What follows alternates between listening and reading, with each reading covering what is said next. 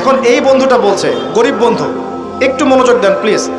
এই বন্ধুটা বলছেন, গরিব বন্ধু যে ক্বালা লাহু সাহিবুহু ওয়া ইউহাওয়ারু, গরিব বন্ধুটা তাকে বলছে আকাফারতা বিল্লাযী খালাকাকা মিন তুরাব, হে আমার ধনী বন্ধু, তুমি কি সেই সত্তার সাথে কুফরি করছো যে তোমাকে মাটি থেকে সৃষ্টি করেছেন? সুম্মা মিন নুতফা, এরপর তোমাকে মায়ের গর্ভে নুতফা আকারে রেখেছিলেন। সুম্মা সাওয়াকা রাজুলা, এরপর তোমাকে এই পুরুষের আকৃতি দিয়েছেন। তুমি কি সেই সত্তা আল্লাহকে অস্বীকার করছো? মানে অস্বীকার করার মধ্য দিয়ে তুমি আল্লাহকে অস্বীকার করছো কি?